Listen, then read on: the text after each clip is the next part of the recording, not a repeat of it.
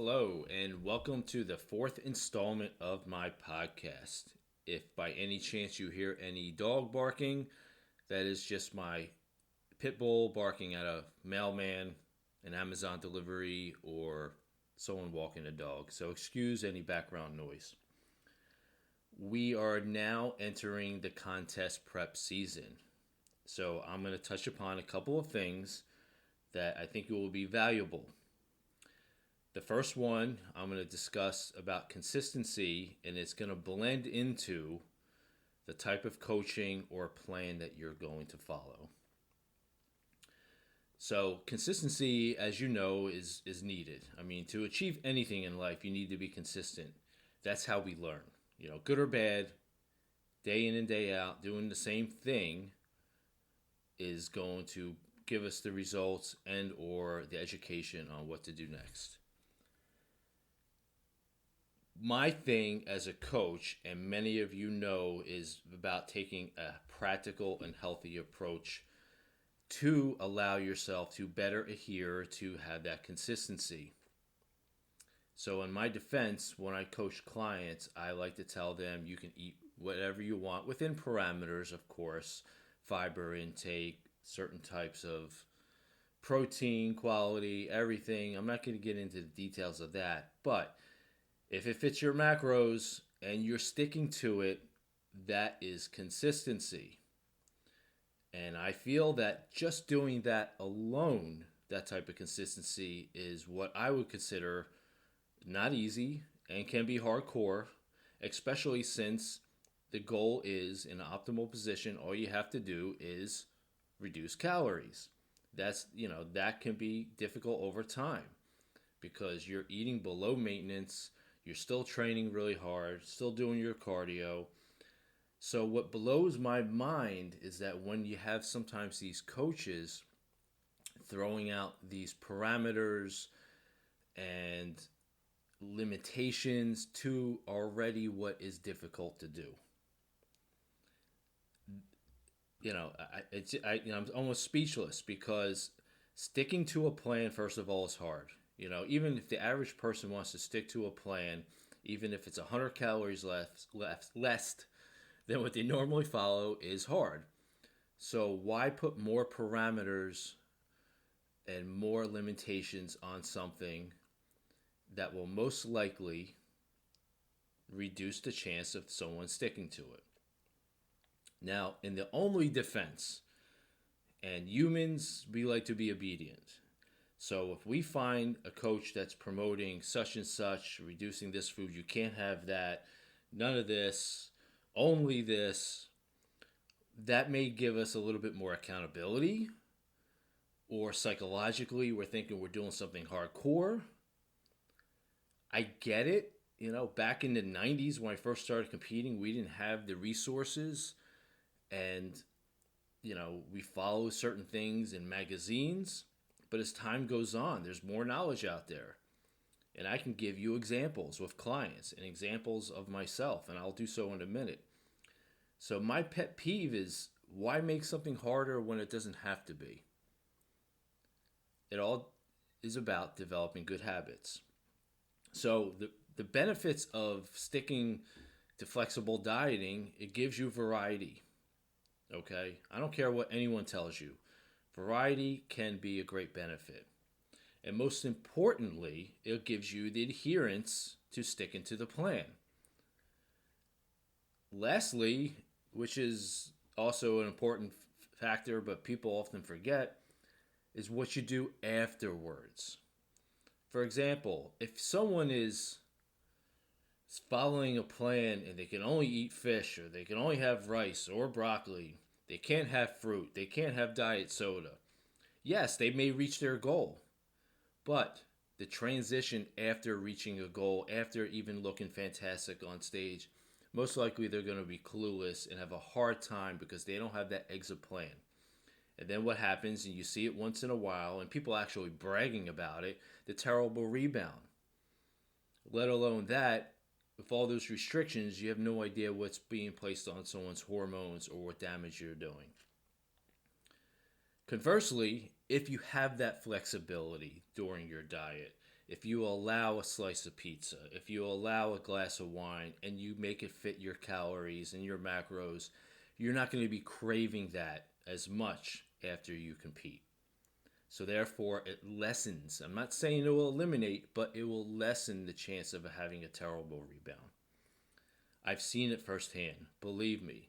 This year alone, or actually last year alone, getting inquiries from clients who were really strict. They looked fantastic, but they were fucked up afterwards. Point blank. They were totally fucked, and we just try to bring some balance back. So is that trophy really worth it? You know, you look great. You got some Instagram posts. You can show it off, but then you have a terrible rebound. Now, some people, and again, can handle it. They have that mentality, and then they won't have that rebound, but it's a smaller percentage. I, for one, when I competed last, I had some variety. I was eating different types of rice cakes. I was having different types of fruit. My dinners were different just about every night. But honestly, the last month, I was more bro just because I had to squeeze it out. But not to mention, I competed at a higher level. I was competing at the largest or the biggest drug tested show by the OCB, the Yorton Cup, and I was making a return to the stage. So I have that mental fortitude, if that's something, to handle it a little bit better. And to this date, I don't know how many months has it been. Almost 3 months, I'm about 12 pounds up. It's because I allowed myself, obviously, the time to diet slowly, but allowed myself that flexibility so I didn't miss the things that I took out as much. It all goes down to consistency. That's the key. That's the end game. That's what gives you what you're looking for. Now, the one thing that also bothers me is sometimes when you see these coaches promote these hardcore, and I'm doing quotations mark, hardcore diets, they'll have clients and it will produce great results. They don't really follow up on how they're doing afterwards, but other people will see competitor Betsy Sue look fantastic because she followed this type of diet. Well, the truth of the matter is, then that coach may rely on that type of plan for everyone because it works for one.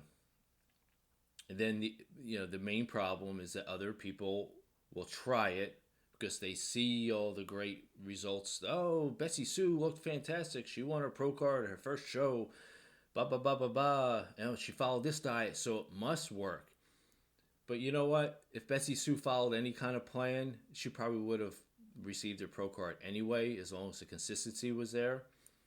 So when coaching, and when you do your research in coaching, you have to be careful. Because if it fits one person, it's not going to fit another. And just because a hardcore plan does work for some, and even many, it doesn't mean it's the right way or the only way going about business. And and sometimes coaches, they bank themselves on that because they have success. Say a coach has 100 clients. They prescribe this diet and 10 of them nail it. They look fantastic. Well, they think that's what's the right way to do, and the 90 other people are not working hard enough or some excuse. No, that's not coaching. That's teaching obedience and hoping, the shit that you throw in the wall is going to stick.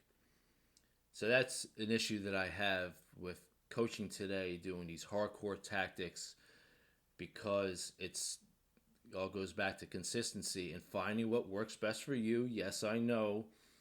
And if it gives you that accountability, yes, I know. But most of these people that follow these hardcore tactics and diets, they have the consistency, but they may not have that exit plan.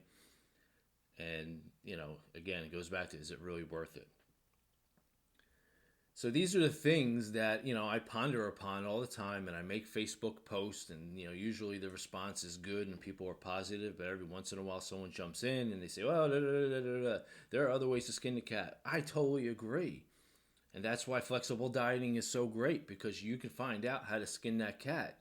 Let alone me, when I prepped last time, Some people lose their mind that I had Honey Nut Cheerios every single day as a post workout carb. Well, that's a sugar. That's a processed food. I'm like, yeah, so I still got leaner than I ever have, and at my age of 48. It goes back to, again, consistency, dedication. I made it work because it made me adhere to the diet better. You don't have to reduce artificial sweeteners. You don't have to do this. Everything is in balance. Everything comes down to moderation. And everything that's moderation will allow you to better adhere to the plan.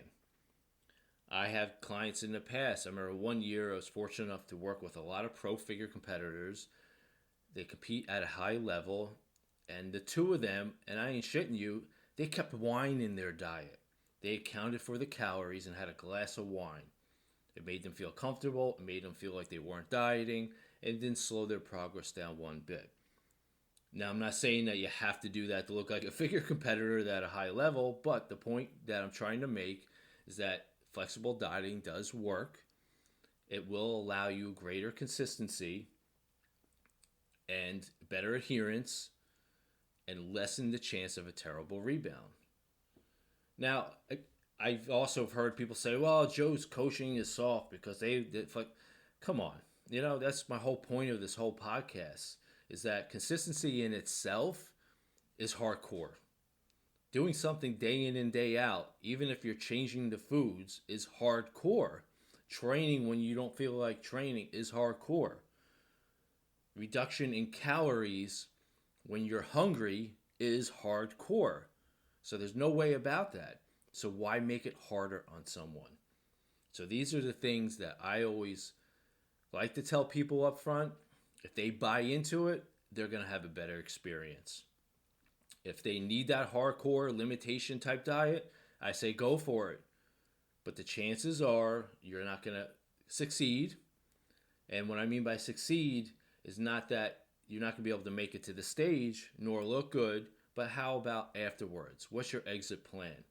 Again, what I try to teach and preach is more like a lifestyle. So you're prepping all year round. You're prepping all year round. So therefore, it's just about reducing what you're already taking in. That wraps up this podcast. I know it's a little bit more nitty gritty, but things I had to get off my chest, and hopefully you found it helpful. If you did, please share it away. If you have any questions, you can always reach out to me at fitfranco@verizon.net. Check out my website, teamfrancobodybuilding.com. We started posing classes. I promote shows, all that good stuff. And wishing you guys the best. Take it easy.